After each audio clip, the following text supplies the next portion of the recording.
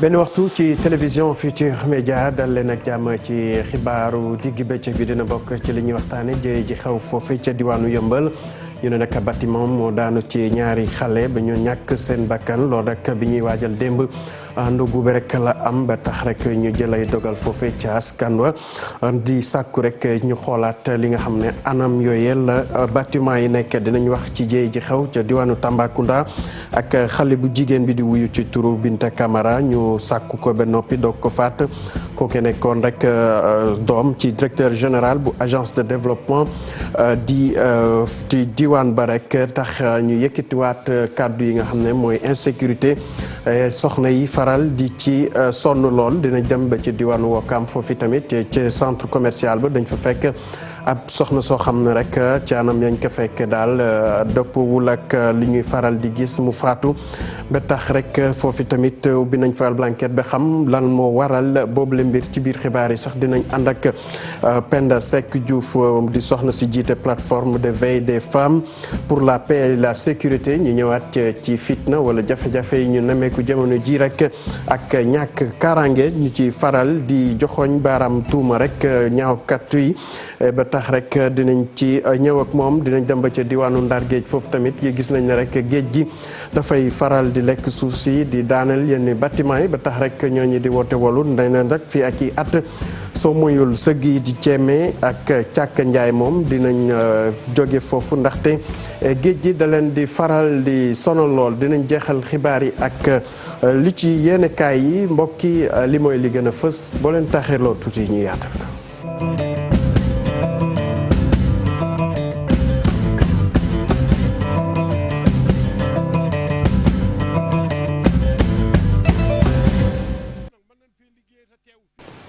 asalaamaaleykum daleen ak jàmm ci xibaaru benn waxtu yi ñu door rek jëye ji xew foofu ca diwaanu Yëmbal ñu ne nag bâtiment moo daanu ci mag ak rak kooku di Jóobu Mbuub ak Aminata Mbuub tamit kenn ki am ñeenti at keneen ki benn at ba tax ñu ñàkk ci seen bakkan loolu rek yëkkatiwaat bâtiment yu màgget yi nga xam ne rek ñoo ñett ci biir réew mi te ñuy faral di ko gëstu saa su nekk ngir am lu ci la rek dañu dem ba ci diwaanu Yëmbal fekki fa suñu naataango Salif Sow Salif gannaaw bu ñu la nuyoo ana lan mooy xibaar yi ak li ci gën a yees. kilifa yi tey jii ci suba dem nañ fa jël nañ ay dogal bu ñu njëkk a jël mooy que ne kër ga dañu koy toj kon boog ñi nga xamante ni ñoom ñooy waa mairie bi wax nañu borom kër gi na wax ña fa dëkk ñu génn ndaxte ña fa dëkk ñoom ay locataire lañu kër ga anam bi mu nekkee moo doy waar dafa màggat wax nga ko dañ koy toj te waaye kilifa yi yemuñu foofu yeneen kër yëpp yi nga xamante ni ñu ngi nekkee ci diiwaan woowu nekk ci melukaan booba ñoom tamit dinañ leen toj wala boog ñu defaraat leen dinañ leen wàññi kon balaa dara xew su ko defee waa protection civile ñoo doxantu fa xool ndax kër ya dañ leen di toj wala dañ leen fay bàyyi jàppal ne ñaari dogal yooyu mooy dogal yu fës yi kilifa yi jël tey ci suba ginnaaw ba ñu demee yóbbu ba ñu demee jaale ji ñi nga xamante ni ñoom ñooy njabootu Mbuub mag ak rak yooyee nga xamante ni ñoo bokk bàyyi génnee àdduna ndax miiru duus ba moo daanu seen kaw ay dëkkandoo lañu kon boog ki nga xamante ni mooy sous préfet bu ñaay di Oumar Dia moo jiite woon loola dem yóbbu njaale ji ànd ceeg commissaire de police bu Yëmbal ak ki nga xamante ni mooy directeur de cabinet bu maire bu Yëmbal Sud. ñu ngi lay jaajëfal bàyyi la nga wéyal liggéey bi dañu dem ba ci diwaanu Tambacounda ak jëye ji fa xew ak Fatou Bintou Camara kooke nag dañ ko fekk ci këram sàkku ko ba noppi laata ñu koy faat lool rek indiwaat ñàkk kaaraange yi nemeeku ci biir réew mi te yenn saay soxna yi ñu leen ci faral di sonnal lool ba tax rek ñu ne nag faw ñu jël ay matuwaay laata ñuy dalal rek ki nga xam ne mooy suñu invité dañu jéem a dem ba ca diwaanu Tamba fekkiwaat Moussa Omar Gueye ndax am na lu yees ci l'enquête bi Moussa Omar Gueye mel ni daal bu mu jokkoo bi jàppandeegul ñu dem ba diwaanu Wokam foofe nag démb ci ngoon benn ndaw la ñu fekk foofe ci ab marché centre commercial mu faatu rek kooku sax waa sapeur pompier la ñu mujj woy ñu doog mën a jël kooke nag jamono ji mu ngi foofee di dallu ci sëgg yu Wokam Pape Farañing teewoon na fa bi mu jotee xibaar yi àndoon ceeg Babacar Camara. sapeur pompier ab mbuusu plastique la ñu mujj am nag ngir mën a yóbbu ndaw si nga xam ne doon koo fekk ci kaw terrasse bi mu daal di ñàkk bakkanam dem sax bay bëgg a yàqu li nu mel mu nga amee ca centre commercial ba nekk ca Wakaam ñu fekk ko solul benn yére ci position bu ñaaw lool. daal ni ñu yeewoo neexul quoi nga xëy rek ñu ne la am na kenn koo xam ne dañ ko fekk mu dee ñi naan dañ ko rey ñi naan dafa dee xam nga pour ormal ka daal neexul a gis daal parce que xam nga solul dara xam nga du neex a gis daal. ñàkk sécurité nit ki dee ba néew yi ba mënuñ ko génnee ba dañ koo dugal sax ci mbuus si sase kon loolu amul sécurité. gis ni nga xam ne nag noonu la demee bay yàqu loolu waral ñi ko fekkee ne boo moytul def na fi lu tolloog 3 fan ci centre commercial bu Wakaam nag ñi nga xam ne ñoom ñoo fa dëkkee ñaawlu bu baax a baax ñàkkum kaaraange ak calce gi nga xam ne moo fa ne. nga xam ne si insécurité bi ñun ñi ne ci marché bi kenn duñu ko nettali guddeeg bëccëg suba ngoon ñu ngi ci marché bi fu ñu ko mën a joytoon nañ ko fi la maire laa du ñu yëgul wax nañ ko wax dëgg yàlla ba mu wax ni dana ko mi ngi bind kilifa yi mu war bind mais gis nga insécurité bi lim ñu jural ñun ñi ne ci marché bi toujours rek da ngi jànkoonte ak jafe-jafe yu ñu mel nii. su foo xam ne dafa am insécurité ku dégg marché salañ di nga dégg ne am na ñuy fanaan ci kaw parce que tamit au moins sax bon xam nañ fii quoi fi leen dëkk d'ailleurs bu fekkee ne nit ñi dañuy jóge ba ay gox ñëw di fanaan fii déjà te kenn xamu leen danger la. ci jafe-jafe yooyu nag ki nga xam ne moom moo defar centre commercial bi daal ci raxas loxoom ba mu set ne amu ci benn responsabilité. naa ne nag bu dee da ngay liggéey ak nit di fayeeku parce que marché bi lépp lu ci am rek insécurité la ak insalubrité loolu moom ça se voit à l'œil nu avant mairie di ñëw man maa doon ñëw di bale marché bi songoon samay gardien mairie ñëw na commencé di jël xaalis kuy jël xaalis nag war a mën a def. jamono ji nag ki nga xam ne moom moo faatu ba léegi kenn xamagul nu mu tudd ak fan la dëkk waaye gendarmerie nag ubbi na ci l'enquête néewam jébbal nañ ko boroomam fële nga xam ne moo nekk sëggu jullit yi nekk ci Wakaam. Pafare ñu ngi kii nag xam nañu turam Binta Camara lay wuyoo foofee ca diwaanu Tamba la fekk baax moom lañ fekk ci këram faat ko enquête bi nag am na lu ci yees ngir am lu ci gën a leer dañu dem ba ci diwaanu Tamba fekki fa suñu ndaw. di Moussa Omar Gueye gannaaw bañ la nuyoo an lan loo xam ne rek moo yees ci l'enquête bi ñu ubbi. Ibou Diouf ñu ngi lay fay di nuyu mbokku téléspectateur u TFM yëpp fii ci Tambacounda quartier Saare Gilel jàpp nañ ni daal am na ay xibaar yu yées yoo xam ne génn na ginnaaw certificat de genre de mort bi yegg si na ci njaboot gi ki nga xam ni moom mooy Abdoulaye Diouf mu bokk ci ñi nga xam ne ñoo gën a jege waajuru ki nga xam ni moom mooy Binta Camara muy Malal Camara tey ji am na ci lenn lu muy leeral ci nit ñi mën ko xam. waaw alhamdulilah rabbil alamin mbir mi léegi leer na nañ ñi parce que yëpp ñu ngi wax ku nekk di wax viol heureusement viol amul pénétration li mu soloon yooyu li mu soloon moom la sol li ñu doon wax naan man yu dégg yëpp dara amu ci waaye xañ it bëggoon na ko sàpp mais dans tous les cas loolu yëpp amu ci xeex na li ci am solo mooy dignitéem gardé na ko jusqu'au bout donc c'est écrit blanc elle a toujours gardé son numéro je pense que loolu lu leer la bind nañ ko. dañ ko jàmm wala dañ ko. non jàmmuñ ko parce que li ñuy wax ne jàmm ba xam naa ne waa ji comme moom amul doole waa ji coup de poing la ko dóor waaw coup de poing la ko dóor ci tàmp bi tàmp la ko dóor xam naa nag loolu moo ko xawoon asama tuuti mais malgré tout elle s'est battue xeex na wax dëgg yàlla ak moom wee yëpp sax gis nañ ko amul dara fekkuñ ko à moitié nuyu dara sumeeku ci moom abraye bi mu soloon ne su dogee moom la julli loolu ci résultat de l'instant mango ji mu nekkoon sax digérer parce que bu gis nañ ko ci estomac bi mango yi sax ñu ngi ci parce que amul temps sax mu digérer ko donc loolu yëpp sax ñu ngi ko bind ci léegi certificat bi. dinañ kon Malick Diop gardien bi nag ñibbi si na wala mi ngi ci. waaw moom ba tey nag mi ngi ci enquête bi ñu ko téye léegi nag il faut ñu xam nag ci doon def loolu ci boobu ko def waa kan la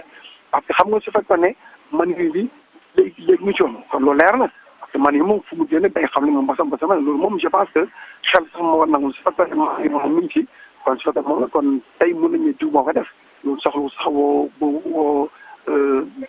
police scientifique donc loolu moo wax ne li ñu doon wax yëpp alors loolu dara amu ci. wàllu rob bi kañ la. rob bi suba la incha allah rob bi 10 heures ci armeelu Saare Gilel yi.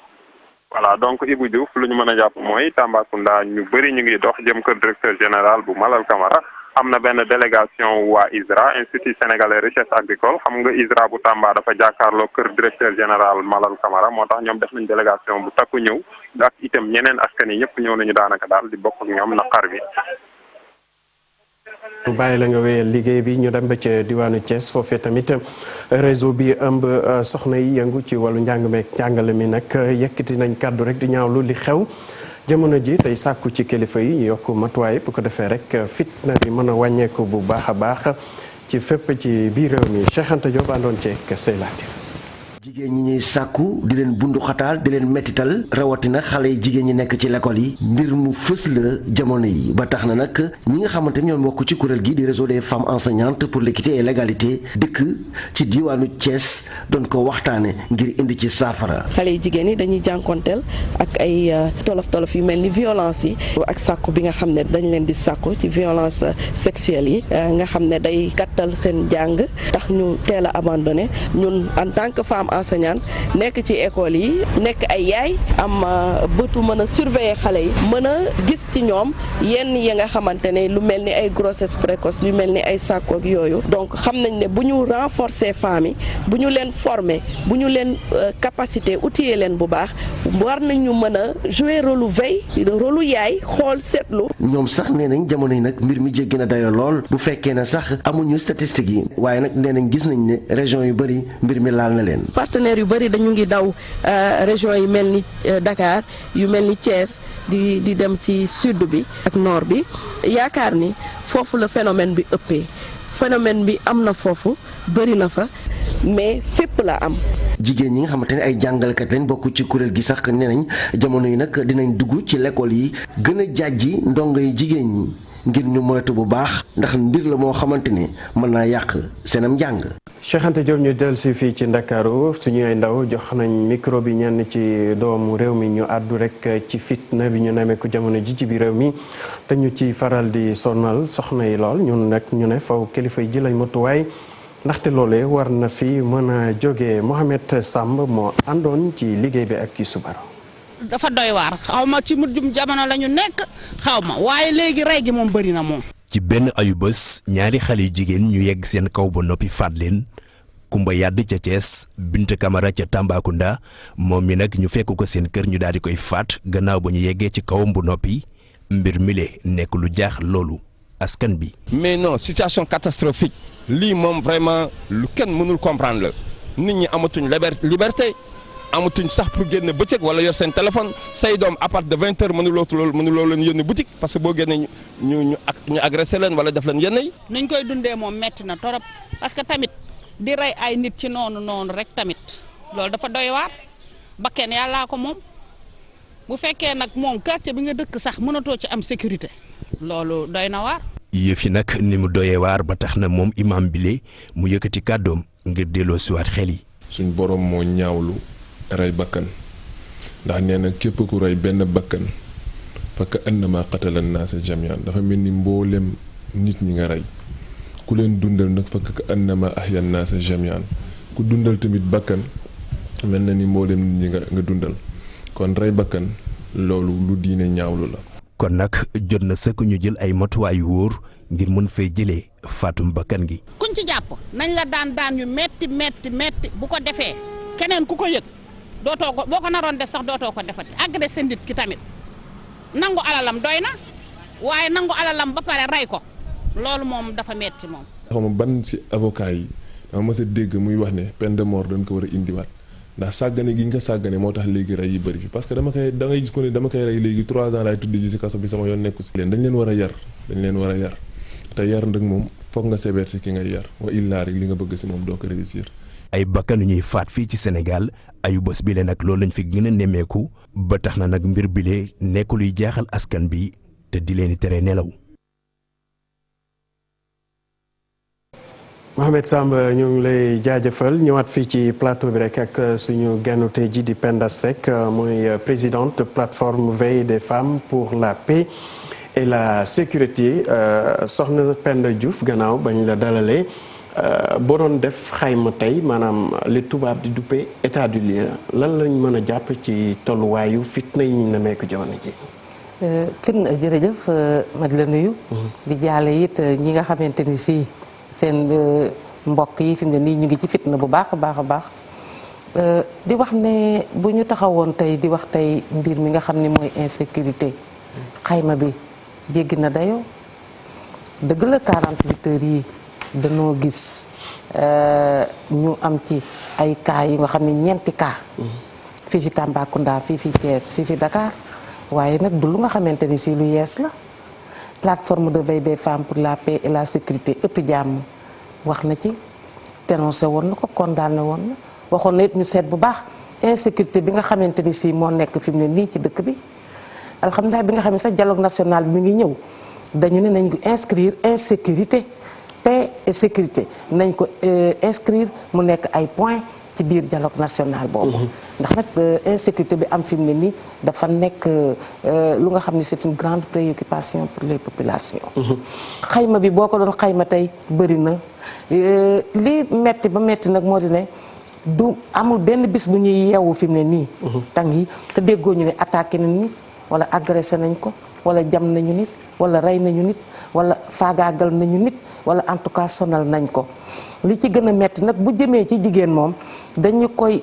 du ñu yem rek ci attaqué ko physiquement wala nangam mais dañuy wëlbatiku agression sexuelle ko ba pare maanaam sàkk ko ba pare nag sàkk googu nag mu ñëw ànd ak rey. dogguma la sax mais dañu gis ne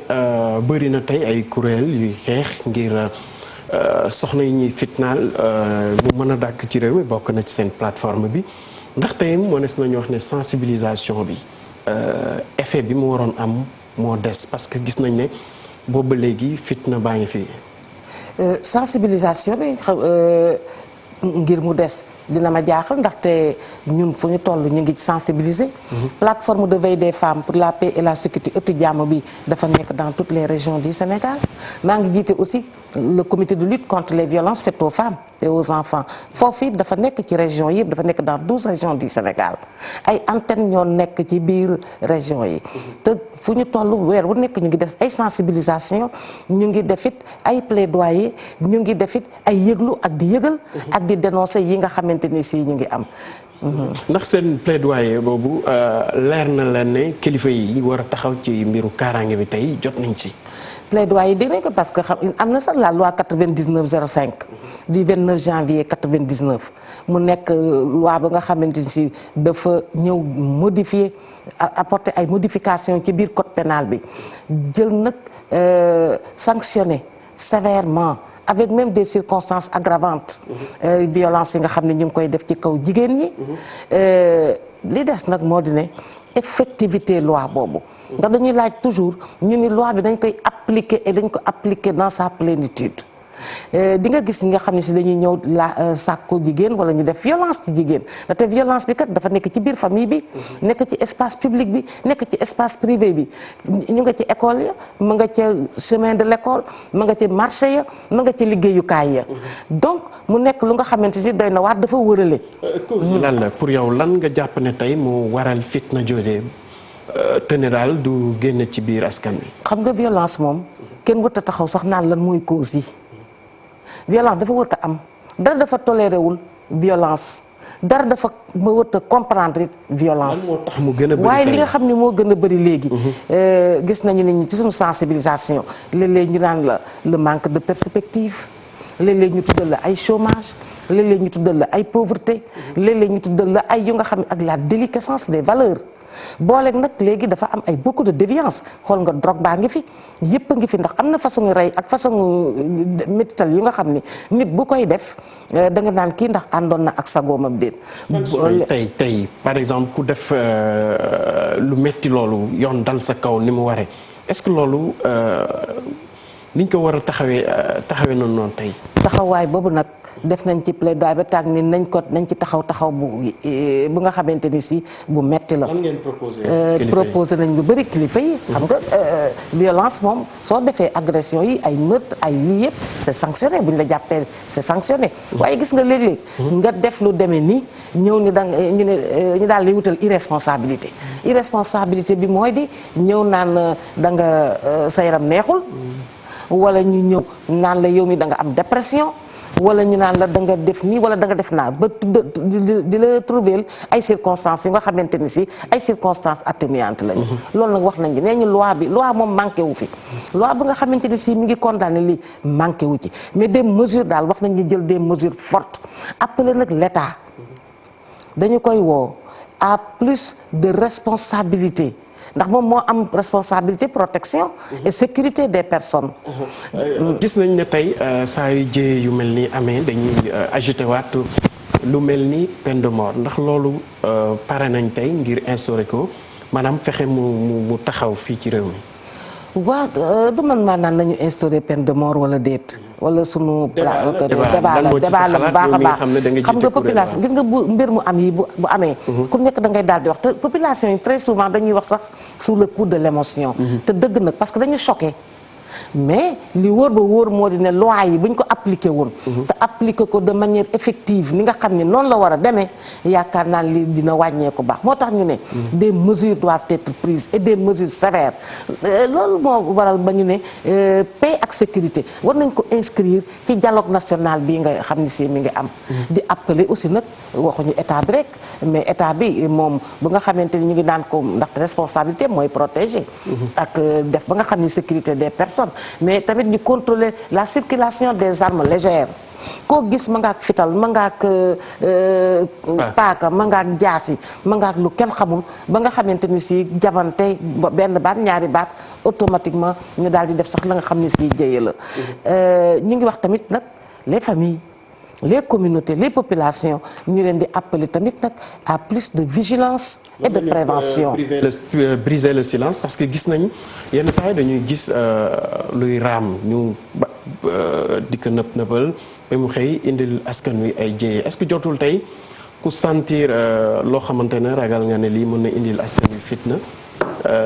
nga tel que signaler. moo tax ñu ne prévention ci famille yi ak ci communauté bi population yi de manière générale mais gis nga généralement agression surtout agression sexuelle yii ñuy def jigéen ñi très souvent ki nga xamante ni si moom mooy auteur bi dafay moo victime bi ñoo dëkk daf koy xam su ko defee ñun nëppal daal di bàyyi. wala nga ñëw di ko dénoncer wala nga ci kii nous sommes dans une société bu nga xamante ni si la culture du témoignage. et la culture de la dénonciation dafa ba tey gi dafa xaw a des. loolu moo tax nag ñu ne bu ñu ko defoon concertation nationale def dialogue. def ay mesures yu nga xam ni si jël ci ay mesures fermes ay sanctions yu nga xamante ni si sanctions yu sévères dañ koy appliquer ngir dindi fi lii nga xamante ni si nag insécurité ba nga xam ne préoccupation la moom ci population yi. kenn nelawatul ba yandoor kenn toogatul ba kii kenn ñimeetul a génn sax bay guddee ak yooyu foo tollu attaque te attaque bi moom lu nga xamante ni si ñun xamuñu ko woon rey léegi dañ ko sax banaliser la déliquescence des valeurs dafa génn fi mu ne nii fii ci Sénégal gi fan la affaire yi xaw a tàggatémbe kër ga la l'école yi defatul seen liggéey wala nu mu demee. violence de moom fu nekk la nekk moom fi mu ne nii dafa dugg na ci dafa sëmbax. ci yar bi ndax dafa am lu ci des. yar bi moom dëgg-dëgg dañu ne yar bi moom na taxaw. bu baax a baax. nañu appuyer it famille yi ci yar bi. politique familiale boobu nga xamante ni si le ministère de la femme mi ngi koy teg nga xamante ni état bi daf ko teg ministère de la femme di ko doxal ñu ne war nañu xool yar yi ci biir kër gi xool yarin bi ci yoon yi xool la culture citoyenne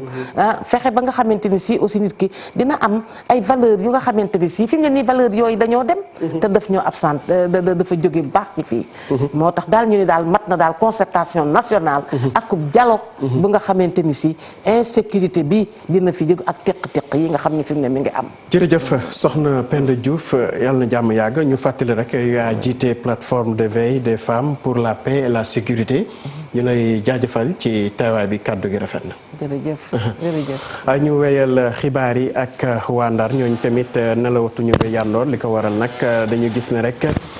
géej gi bëri na ci kër yi nga xam ne jot na ko lekk ak itam yenn cimetières yi bokk na ci Cémé ak itam càkkanjaay ba tax ñu porox ndollu rek ci ay ñaan ñu fa doon amal sàkkuwaat ci kilifa yi ñu gën leen taxaw balaa làmbaay di gën a ñaaw Ousseynou Diop moo ñu fa teewal àndoon ceek Abib Seck ci kaamilu Ndar yi ñu doon amal ci diwaan bile fii nag askan wi am na njàqare ci géej gi na muy dale ci armeelu Ndar yi waaye tamit ci quai de pêche bi nga xamante ni léegi li ko tee daanu barewul. mi daanu na boobu ba léegi sa géej gi yàqu gu jëkk ga si la daanoo boobu ba léegi teg wóorul wóoraanul te fi la noo man liggéeyee am na ñoo xam ne fii rek la mooy seen liggéeyukaay liggéey boobu nag mën nañ fee liggéeyee te teewul fii mu set wecc. bu dee ci armeel yi la ñoom doomu Ndar yi am na njàqare jàpp ni état bi war na baral liggéey yi nga xamante ni moom lay amal ci Langue de Barbarie ngir géej gi beneen yoon bu aayee du mën a indil benn jafe-jafe néew yi ñu suul ci Ceem ak Càkka Njaay. ay nit ñu baax fi tëdd ñoo xam ne macha allah kenn tableau seen ay mbir te boo xoolee miir bi ni mu doxee ak géej gi ni mu ko jegee nii loolu tey na xel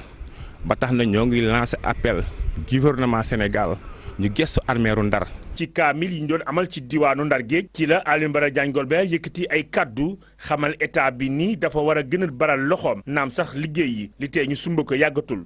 xam naa ni gaa yombul ci état nga yeewu benn suba rek defar diggante goxu mbaaj ba hydrobase te it seen yéene moo di def ko waaye mën-mën bi moo jafe mais du tere nag ci kaddu jullit ñeeg population Ndar ma ñaan liñ ci ngisor yëpp ci projet ñu farlu bi moo am solo liggéey bi door. ci ñaar fukk ak ñeenteelu édition bu kaamilu Ndar yi nag ñu nekk ci gox bi ñu ngay ñaan nguur gi mu bàyyi xel ci armeel yi ak ci quai de pêche bi nga xamante ni genn wàll gi daanu na te la ca des toog fa wóoratul. Ousseynou Diop ñu jóge Ndar ñëw ba ca diwaanu Gàddaay foofee nag coowal suuf ba jógoon atum 2013 ak léegi te ñu jàpp ne lu toll ci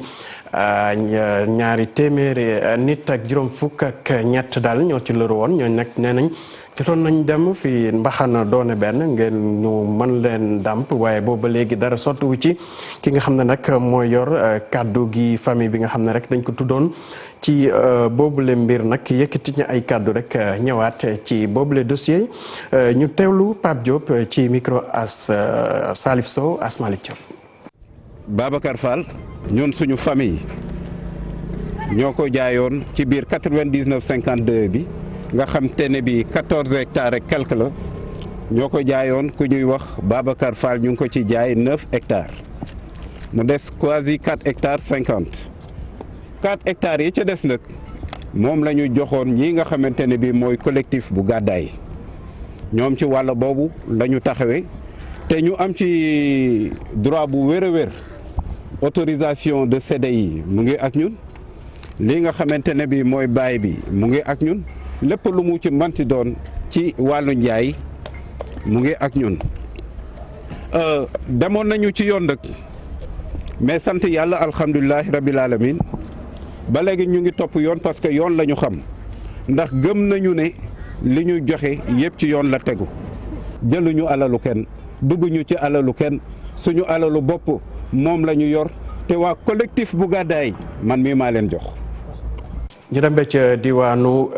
Jàmm Pakaaw nekk ci région bu Sédhiou foofee nag askan wi ñooy sàkku ci kilifa yi ñu gën leen taxaw bokk na ci li ñuy sàkku rek am ndox mu sell ak l'école ndax nee nañ fa xale yi di jànge atum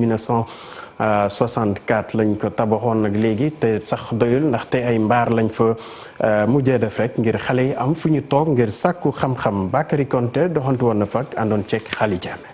Pakaaw population dem ba ci 5000 habitants ñoom nag am ndox lu sell loolu nag lu jafe la si ñoom ndaxte ñu ne seen forage bi ndox bu muy génnee baaxul dafa xonk ba pare dafa tilim. dëkk bi wax dëgg yàlla am na robinet mais robinet bi moom ba léegi ndox bi yëkkul fu ne parce que mun nañu wax ne satado bi ñu amoon sax satado weñu la ñu am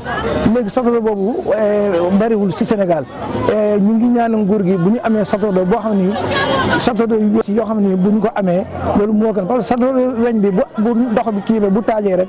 ndox bi day xongu kenn mënu koo naan. école élémentaire bi ñu ngi ko tabax si 1964 mu nekk ci route nationale amul benn clôture ñoom nag ne loolu danger la pour élèves yi. métti na parce que ñun duñu tranquille maanaam bu ñu nekkee surtout monsieur bu nekk service moom mu am surtout regard bu gën a am importance si xale yi te xale yi ñu ngi si wetu mbedd bi. ban waxtu la xale mun a rëcc ba nekk si mbedd bi ba oto fekk ji ko loolu ñu ñaanuñu ko yàlla mais lu métti la pour monsieur service bi moo tax kenn yàqamtuwul nekk semaine de service mais léegi lu ñu yàgg a ñaan la tamit autorité yi. salle de classe yi nekk ci abri provisoire. abri provisoire yi nag moom moo ñu gën a sonal parce que école bi ñu ngi koy tabax 64 comme lu mu ko waxee te si kalam directeur bi ñu ngi ne léegi ñu ngay nekk 511 élèves te 7 classes rek lañ fi am. donc 511 élèves mënuñu leen dugal ci cette classe yoo xam ne yu 9 mètres la ak yoo xam ne xëy na population moo ko tabaxoon loolu la taxoon ba ñu ñëw ñu créer mooy abri yi malgré loolu bu naaj bi ñëwee parce que abri yi du jàngalukaay naaj bi poussière bi surtout bu ren beneen affaire la donc xale yi dinañ ñëw sax kaye bu ñuy bind c'est des problèmes parce que poussière bi bu si ñëwee ba taq. jafe-jafe yi nag ñu ngi ko doon xamale ci ziara annuelle bu Sédhiou-Kounda bu ñu doon amal fii ci Ndiama Pakaaw. Bakary Konté ñu wax ci wér-gu-yaram dem ba ca Koutal di dëkk boo xam ne rek dañ ko ràññee ci xeex feebaru ngaana wala sax taxaw ñi nga xam ne rek da leen dal ba tax na rek ñu dalal benn association bu ñu duppee association sénégalaise de Malte ñooy sàkku ci kilifa yi rawatina chef de village bi képp ku mu jàpp ne daal feebar bi dalay yott ñu teel leen ko wax bu ko defee ñu jël matuwaay yi war ngir yóbbu la ñu faj la ni mu gën a gaawee def ci loolu dañ ci teewlu Théophile Turpin ci micro Ibrahima Dia. que boo ñëwee Dakar centre hospitalier de l'ordre de Malte bi nekk ci biir hôpital de Fann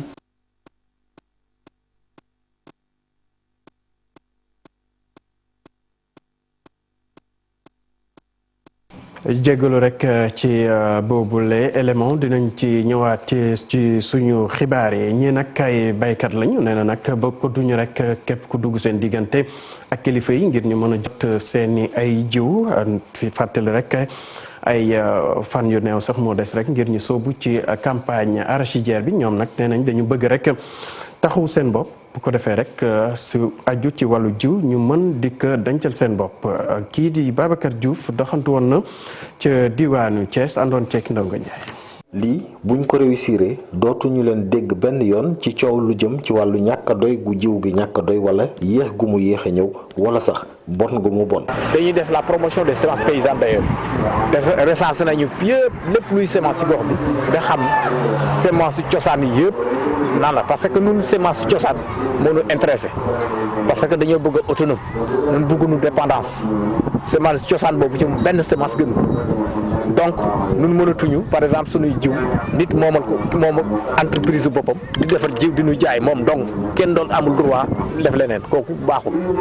bañ nañu loolu. ci beneen wàll wi producteurs yi ne dañuy boole seeni doole xool nan la ñuy jëmalee seen liggéey bi kanam maanaam xibaar bépp bu nu jotati ñoom ñoo koy séddoondoo. koy am na plateforme yeneen communes am nañu plateforme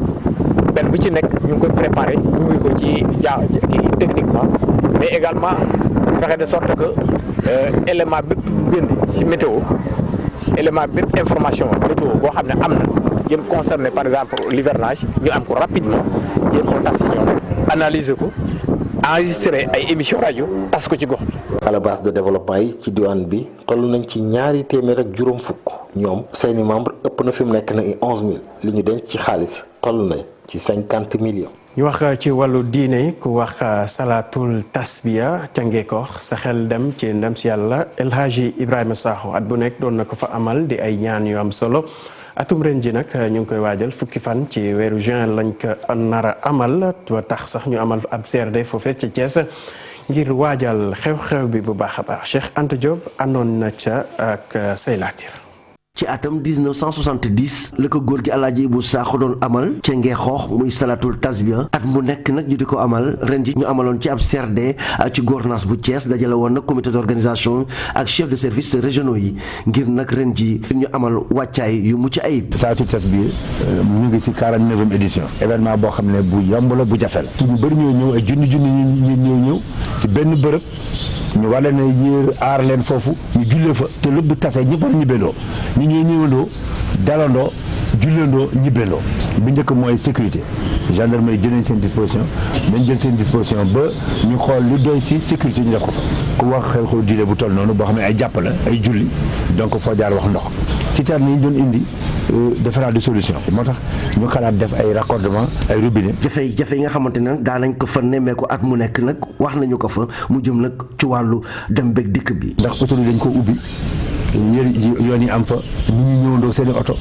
day indi ay blocage. Serigne Habib Sakho mi nga xamante ne nag moom mooy xalif bi jamono yi nee na ay ñaan yu am solo daañu ko fa amal. am na ay doog ay turu yàlla yoo xam ne dañ koy sikkar def fa alxuraan kaamil soo ko julli président dafa mel ni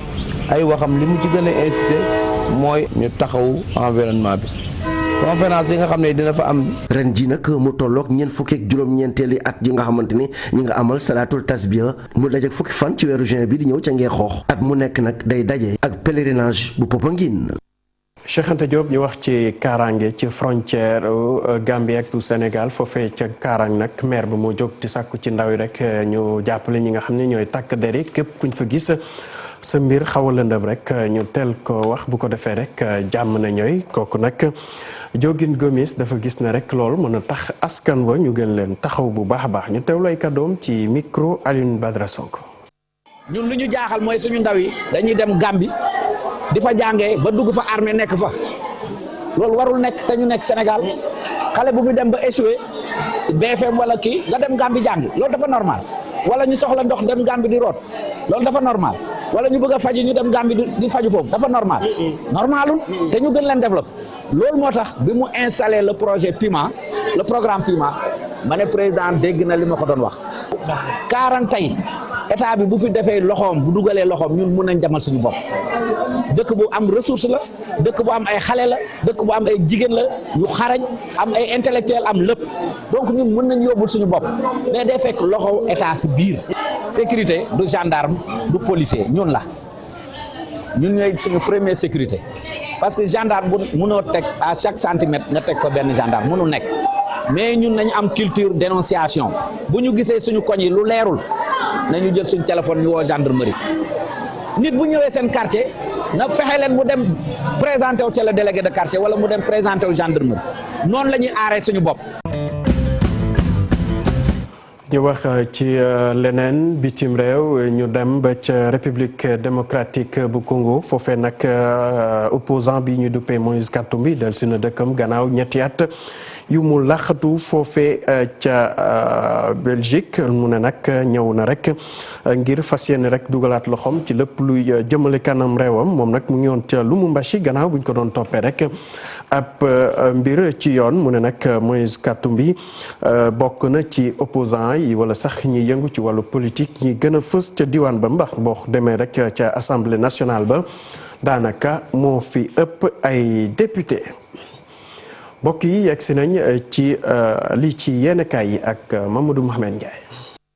jërë ngeen jëf Binta Camara faatu na mboolem yéen kay ñu xëy ndool xëy di ñaawloo ko naqarloo ko tiisloo ni mu faatoo ubbi l'Observateur journal bi ne nañu Binta Camara xale bu jigéen la bu dëkkoon Tambacounda amoon ñaar fukki at ak ñett doonoon doom ci directeur général bu agence de développement local di Malal Camara moom Binta Camara moom la ñu fekk keroog ci néegi waajuram mu faatu amee gaañu-gaañu ci kanam gi l'Observateur wax nañu lu bari ci Binta Camara mooy kan fan la jànge bi mu amee baccalauréat ñëw Ndakaaru doon fi jànge ana lu taxoon mënu ñukku njàng mi delluwaat Tambacounda lépp l'Observateur leeralal nañu ko ba ci photo Binta Camara sax mi ngi ci journal bi journal beneen bu xëy yéemu ci la xew ca Tambacounda moo di Les Échos nee nañu xale bu jigéen bi faatu mu di Binta Camara ci seen kër la ñu ko fekk violé ko ba noppi faat ko doom la ci directeur général bu agence de développement local bi mbiri di xew nag fekku fa yaayam dafa fekkoon yaay ja tukki ma nga woon ci réewum Chine anki dina kay mel ne ku amee xol bu jeex ci li xew foo toll di seen baat ba mu ci xëyee révoltant doomi Malal Camara ju jigéen la ñu faat ca Tambacounda police scientifique jóge na Ndakaaru ma nga Tambacounda ngir enquête bi waaye suspect numéro 1 ci jamono ji enquête dina kay nee nañu mooy gardien ba woon ca kër ga ndax dañoo gis ne moom gardien bi dafa taq ma niw la Sénégal moom xëy indi turu gardien bi ak photom tegal ñu nee nañu Malick Diop la tudd ñu koy woowee Eco bi mbiri xewee ci la ko garde corps yu papay xale bu jigéen bi jàpp jébbal ko yoon ma nga ñu tëye ci garde à vue la Sénégal nañu li tax ñu gën koo joxat bi baaramu tuuma moom gardien bi moo di li ndaw si taq moom la taq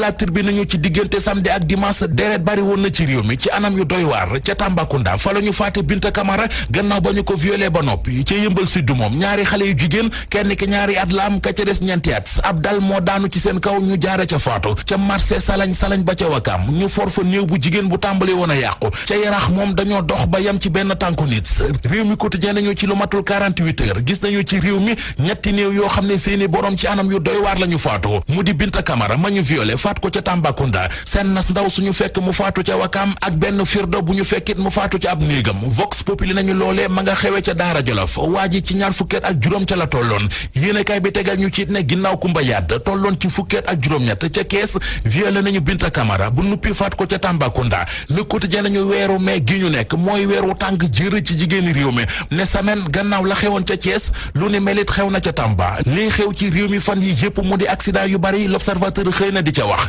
ubbil yéenekaay bi journal bi nee nañu àjjuma ji ñu weesu nangoo nañu ci làmmiñu njiital département infrastructure et transport terrestre ci kanamu ministre maître Oumar Youm mu ne ci diggante weeru janvier ak léegi téeméeri doomi aadama ak ñaar fukk faatu nañu ci l'accident lu ëpp ñaari téeméer ak juróom-benn fukk jële ci ay gaañu-gaañu l'observateur nañu lu ëpp tuuru taxaw ci lu ko saafara jot na sëkk te leen rek mooy mën a tax ñu dakkal jëye yi am ci kaw tali bi moo di axe routier yi ci réew mi ñu sécuriser leen bu baax a baax ak ay moyens yu jaadu ak i jumtuwaay maanaam i équipement yi war ndax liy gën a yokk accident yi ci réew mi ñàkk kaaraange gu am ci kaw tali bi ci la bokk dëgg la takk dere ñoo sàlloo kaaraange gi ak saytu gi ci kaw tali bi waaye dañu ca wéet ku wéet xoolaat sa bopp direct info li muy xëy di laaj moo di président Macky Sall li mu bëgg ci réew mi ndax dina ko mën a matal li mu bëgg moo di Ndakaaru set sell organisé wu ba mel ne Kigali ga ca Rwanda yéenekaay bi nañu kii di gouverneur Sambou ba mu amee yéene ja bu ñu ko ca toppoon jàppale ko ca kon tey ji fu ñu tudd Kigali ci ceet tudd fa Ndakaaru Tambacounda fa la doore woon fa lay teerale ubbi l'observateur M-Sec fanweeri at ak ñett la am ab ASP la bu dëkk ca Gurel Jaaje ga ca Tambacounda yéenekaay bi nañu samedi fukki fan ak benn ci weeru mai ba léegi ñaanal yéen tamit naka noonu ci teewlu beeg safo bi di leen ñaanal kenn du lu jàmm di ko sàkku ci yéen ci da ngeen jëf